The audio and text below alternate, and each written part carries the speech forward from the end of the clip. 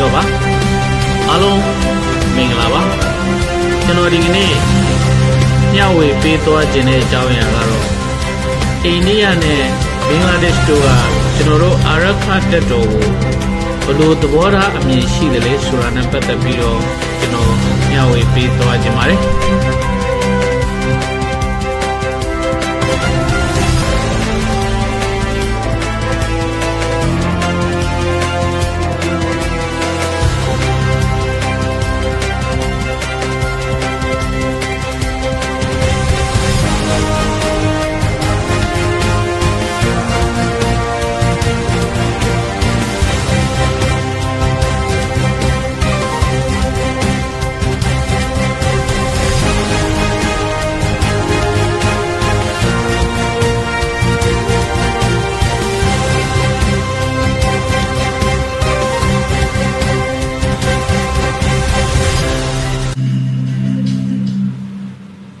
အိန္ဒိယနိုင်ငံဟာ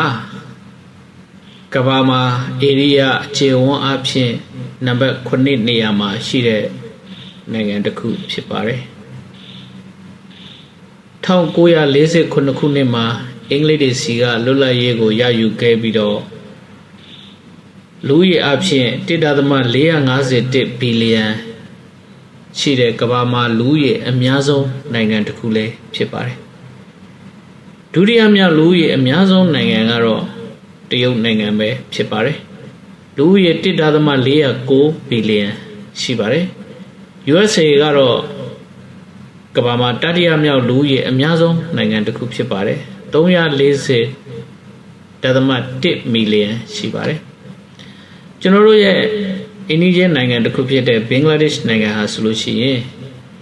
လူဦးရေ183.6မီလီယံရှိပါတယ်1982ခုနှစ်မှာပါကစ္စတန်စီကနေလွတ်လပ်ရေးရယူခဲ့တဲ့နိုင်ငံတစ်ခုလည်းဖြစ်ပါတယ်ဒီနေရာမှာကျွန်တော်တို့ရဲ့အိန္ဒိယနိုင်ငံနှစ်ခုဖြစ်တဲ့အိန္ဒိယနဲ့ဘင်္ဂလားဒေ့ရှ်တို့ရဲ့နိုင်ငံအကျယ်ဝန်းလူနေထိုင်မှုအနေအထားတွေနဲ့ပတ်သက်ပြီးတော့ကျွန်တော်အနည်းငယ်မျှဝေပေးခြင်းပါတယ်အိန္ဒိယနိုင်ငံဟာဆိုလို့ရှိရင်3,208,261 ကီလိုမီတာအကျယ်ဝန်းရှိပြီးတော့လူဦးရေ1.451ဘီလီယံရှိတဲ့အတွက်ကြောင့်1ကီလိုမီတာမှာလူဦးရေ431ယောက်နှုန်းနဲ့နေထိုင်လျက်ရှိတယ်လို့လေ့လာသုတေသနပြုထားသူတွေရဲ့ဖော်ပြချက်အရသိရှိရပါတယ်ဘင်္ဂလားဒေ့ရှ်နိုင်ငံဟာဆိုလို့ရှိရင်1,48,460 ကီလိုမီတာကျယ်ဝန်းပြီးတော့လူဦးရေတန်း183.6မီလီယံရှိပါတယ်ဒီတော့ဘင်္ဂလားဒေ့ရှ်နိုင်ငံမှာ1ကီလိုမီတာမှာလူဦးရေ1,165ယောက်နှုန်းနဲ့နေထိုင်လျက်ရှိနေတယ်လို့လေ့လာသုတေသနပြုထားသူတွေရဲ့ဖော်ပြချက်အရသိရပါတယ်ကျွန်တော်တို့အာရခဒေသဟာဆိုလို့ရှိရင်36,962 ကီလိုမီတာအကျယ်ဝန်းရှိပြီးတော့လူဦးရေ3 သန်းခန့်နေထိုင်လျက်ရှိတယ်လို့လေ့လာသုတေသနပြုထားတဲ့လူတွေရဲ့ဖော်ပြချက်အရသိရှိရပါတယ်ဒီတော့အာရခဒေသမှာလူဦးရေနေထိုင်နှုန်းဟာ1ကီလိုမီတာမှာ82ယောက်သာနေထိုင်လျက်ရှိတယ်လို့သိရှိရပါတယ်ဘင်္ဂလားဒေ့ရှ်နိုင်ငံဟာကမ္ဘာမှာလူဦးရေအထူထပ်ဆုံးနိုင်ငံတစ်ခုလည်းဖြစ်ပါတယ်ဆက်လက်ပြီးတော့အိန္ဒိယနဲ့ဘင်္ဂလားဒေ့ရှ်နိုင်ငံတို့ကကျွန်တော်တို့အာရခတက်တော်ကိုဘယ်လိုသဘောထားအမြင်ရှိသလဲဆိုတာနဲ့ပတ်သက်ပြီးတော့ကျွန်တော်အနည်းငယ်သုံးသပ်ပေးခြင်းပါတယ်အိန္ဒိယနိုင်ငံဟာ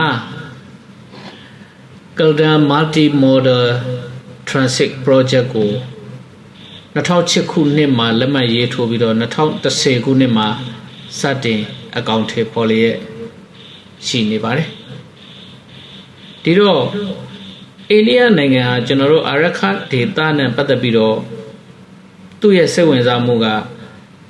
ဒီ Caledon Multimodal Transit Project ပေါ်မှာအများကြီးမူတည်နေပါတယ်သူတို့ရဲ့စိုးရင်ချက်တွေကဘာတွေလဲဆိုရင်အကယ်၍ဒီရခိုင်ပြည်တစ်ခုလုံးကိုအာရခတပ်တော်ကသိမ်းပိုက်လိုက်ပြီဆိုရင်သူတို့အရင်စက္ကမနဲ့ချုပ်ဆိုခဲ့တဲ့စာချုပ်တွေဟာဘယ်လိုဖြစ်သွားမလဲနောက်ထပ်အသစ်ပြန်လေချုပ်ဆိုမဲ့စာချုပ်တွေက term and condition တွေဘယ်လိုအပြောင်းလဲတွေဖြစ်လာနိုင်တယ်လဲဆိုတဲ့ပုံမှာစိုးရင်ပူပန်မှုတွေရှိနေလိမ့်မယ်လို့ကျွန်တော်ခန့်မှန်းရပါတယ်ဒီတော့အိန္ဒိယနိုင်ငံဟာအဓိကကျွန်တော်တို့အာရခဒေသကိုသူ့ရဲ့စိတ်ဝင်စားမှုကသူတို့နိုင်ငံနဲ့ဆက်ဆက်နေတဲ့လမ်းမဆက်တွေဒေသဖွံ့ဖြိုးရေးဆိုတဲ့ဟောဒီ Caledon Multimodal Transit Project ပေါ်မှာအများကြီးမူတည်နေပါတယ်ဒါအပြင်အိန္ဒိယနိုင်ငံဟာကျွန်တော်တို့အာရခတပ်တော်ကိုအစိုးရအနေနဲ့မဟုတ်ပဲ non state actor အနေနဲ့အသိမှတ်မပြုလို့မရတဲ့အနေအထားတစ်ခုကိုလည်းရောက်ရှိလို့နေပါတယ်တိုးတော်လည်းပဲအိန္ဒိယကတော့အာရခတပ်တော်နဲ့တရားဝင်စကားပြောမယ်ဆွေးနွေးမယ်ဆိုတဲ့စကားမျိုးကိုတရားဝင်ထုတ်ပြန်တာကိုမတွေ့မိသေးပါဘူးဘင်္ဂလားဒေ့ရှ်ကိုတစ်ချက်ကြည့်အောင်ပါဘင်္ဂလားဒေ့ရှ်ကကြတော့ကျွန်တော်တို့အာရခဒေသကိုသူတို့ရဲ့စိတ်ဝင်စားမှုအာရခတပ်တော်အပေါ်မှာသူတို့ရဲ့ရှုမြင်သုံးသပ်တဲ့အမြင်ကတော့ဘင်္ဂလားဒေ့ရှ်ဘက်မှာရောက်ရှိနေတဲ့ဘင်္ဂလီမွတ်စလင်ဒုက္ခသည်တွေအပေါ်မှာအများကြီးမူတည်နေပါတယ်အာရခတပ်တော်ကအဲ့ဒီဘင်္ဂလီမွတ်စလင်ဒုက္ခသည်တွေအပေါ်မှာဘယ်လိုသဘောထားသလဲဘင်္ဂလားဒေ့ရှ်ကသူတို့လိုချင်တဲ့ပုံစံအတိုင်းဖြစ်လာနိုင်မလားဆိုတဲ့အပေါ်မှာသူတို့ရဲ့သဘောထားအများကြီးသက်ဆိုင်နေပါတယ်ဥပမာအပြင်ကြည့်မယ်ဆိုလို့ရှိရင်မိုဟာမက်ယူနတ်အစိုးရတက်လာတဲ့အချိန်မှာအာဆာခေါင်းဆောင်ကိုဖမ်းပြတဲ့ဟာမျိုးတွေနောက်တစ်ခါဘင်္ဂလားဒေ့ရှ်ကနေတဆင့်